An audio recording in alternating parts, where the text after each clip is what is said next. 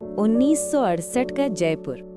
गुलाबी शहर की सड़कों पर धीमी हवा चल रही थी। राजमहल रोड पर पुरानी इमारतों के झरोखे सूरज की रोशनी में चमक रहे थे। सरकारी कॉलेज में उस दिन एक नई लड़की ने कदम रखा, अन्वी। सफेद रंग का सादा सलवार सूट, सलीके से रखा दुपट्टा और आंखों में वही मासूम चमक जो किसी पुराने गाने की धुन में मिल जाती है।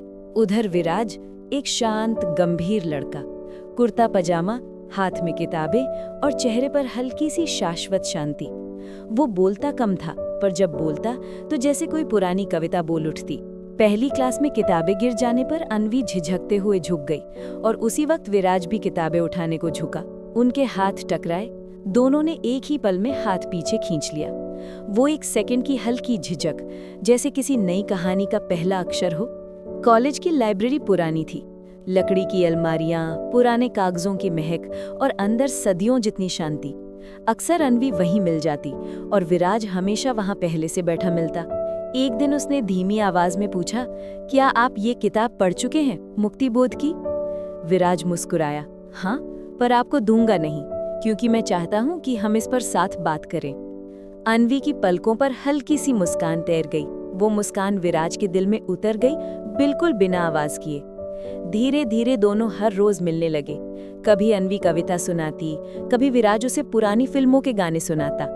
तुम सुनती हो, 60s का संगीत दिल के अंदर बहुत धीरे उतरता है।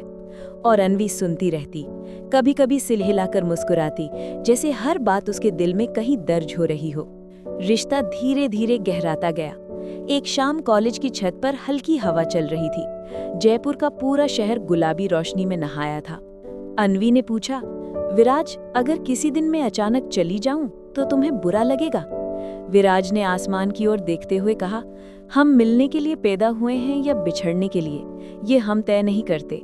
बस इतना चाहूंगा कि तुम मुस्कुराती रहो। अन्वी कुछ बोल नहीं पाई। उसकी आंखों में नमी आ गई, जिसे उसने दुपट्टे से छुपा लिया। उस समय विराज को अंदाजा नहीं था कि ये सवाल सिर्फ सवाल नहीं था, एक डर था, एक सच था जो अन्वी अपने दिल में छुपाए बैठी थी। कुछ दिनों बाद अन्वी कॉलेज आई ही नहीं। एक सप्ताह तक विराज ढूंढता रहा, लाइब्रेरी, कैंटीन, वो पुराना पेड़, सब जगह। आखिर एक दिन अन्वी कॉलेज के कोने में खड़ी मिल गई। चेहरा फीका, आंखें सूजी हुई। वो बमुश्किल बोली, विराज, मेरा रिश्ता तय हो चुका है। मेरे घरवाले, मेरी माँ, सब चाहते हैं कि मैं वहाँ शादी करूँ। उनकी खुशी के बिना मैं कुछ नहीं कर सकती। विराज चुप रहा।